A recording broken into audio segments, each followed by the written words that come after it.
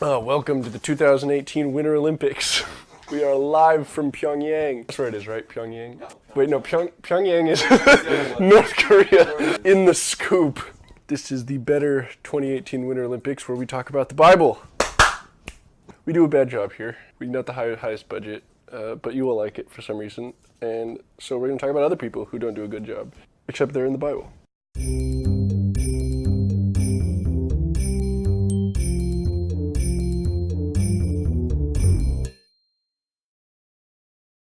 So last time we talked about Haman, the guy who wanted to kill all the Jews and ended up getting killed by his own stuff, which was rather unfortunate. That's the kind of disappointment and unfortunateness that is going to be represented in this episode. That's the general idea, that sort of thing. You may have heard of the story of Daniel in the Lion's Den. It's VeggieTales. I had that song, "The King likes Daniel more than me and you, oh no." Ooh. Can I do this? Is that a no-go? Is this racist still? Why did the nobles dislike Daniel in the first place? Oh yeah, we hate that guy because he makes us look bad, because we're scum, and he's not. So the natural conclusion, instead of just bettering ourselves as people, is to make him also look like scum. But worse scum. It looks like you just muted it. Okay, I thought you were not muting me. So what they did, they went to the king, who was just kind of, busy doing king stuff, so he wasn't really paying attention. And they're like, dude, make a law, since, you're so wonderful and powerful and wise that people should be worshiping you. So make it a law that they need to worship you. And all he heard was wise and powerful and make a law. So he's like, I am pretty wise and powerful. So yeah, do that. Go ahead. And so they're like, haha, we've got Daniel. He won't worship anybody other than God. And that's against the law because they need to worship the king. So boom, throw him in the lion's den. And the king's like, wait a second, did I agree to that? Oh, dang, I did. Guess I gotta throw him in the lion's den. So he throws him in the lion's den. And then he doesn't die. And the king's like, he didn't die. He's like, what is this stupid law? And then he's like, wait, I'm the king. I can change the law. So we're going to have it so these nobles are the ones getting thrown in the lion's den instead. And then they got thrown in the lion's den and their bones were crushed to dust. And that was very unfortunate for them. And they were still scum.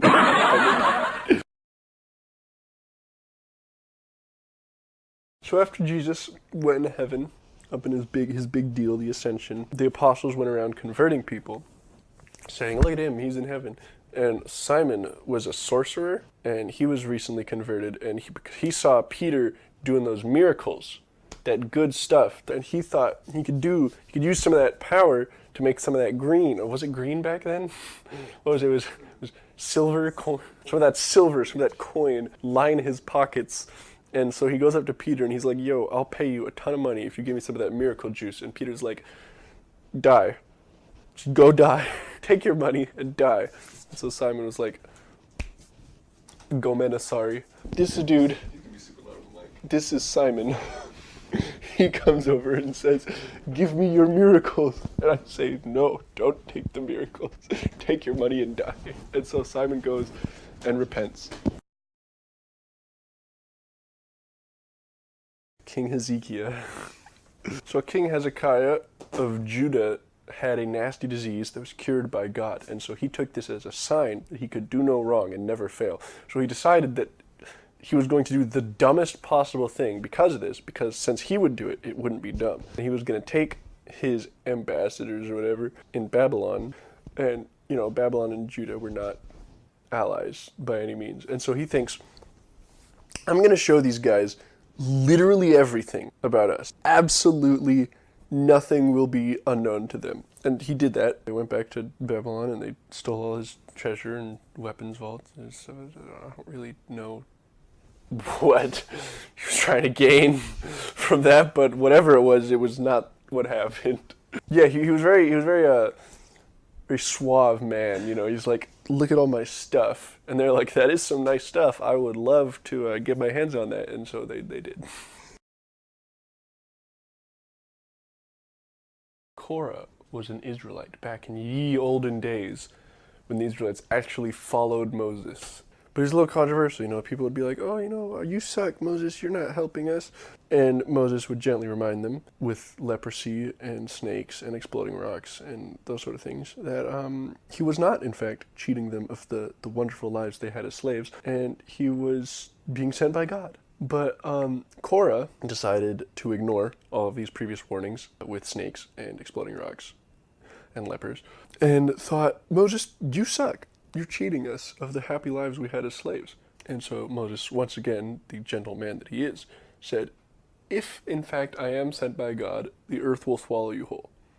And Korah went Boba Fett style, Sarlacc pit opened up under him, boom, dude's dead.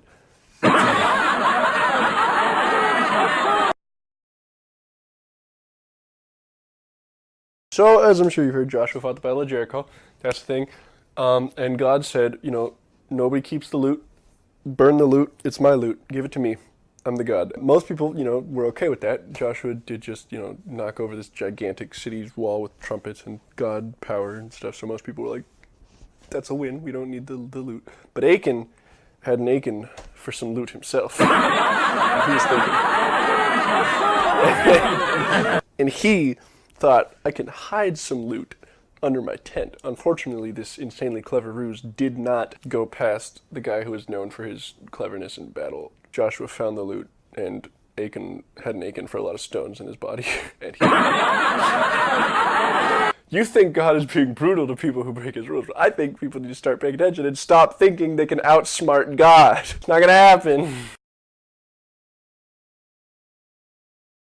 So, as we mentioned earlier, the Hebrews were slaves to Egypt until Moses came and did the whole no, let my people go, all that stuff with the song.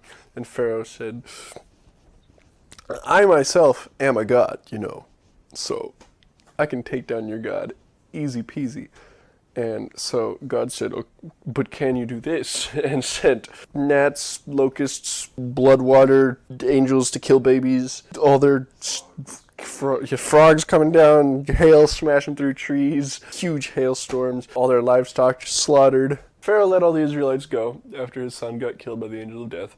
And then they got to the sea, and he was like, wait a second, I am a god. So he goes after them, and, Moses parts the seas, the Israelites go through, then the Egyptians and Pharaoh start going through, and then the seas claps on them, and God also wins round 2. Pharaoh die, and Pharaoh's dead. So you go, super long episode for the new year. Now you may be thinking, it's February, this isn't the new year, but like I said, we're in Asia, and the Chinese New Year just happened, so turns out I've been promoted to a regular schedule, sort of. This is supposed to come out before this. So it's a little bit of a regular schedule, on a rocky start, so you'll be seeing this every other week-ish.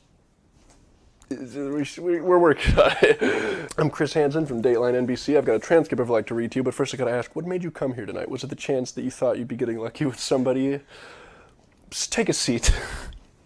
Actually, no, get up and leave. You're under, just go down here. Get this up. That's basically the level of unfortunate that get out of here, dog. Either come in or get out, dude. Like, make up your mind.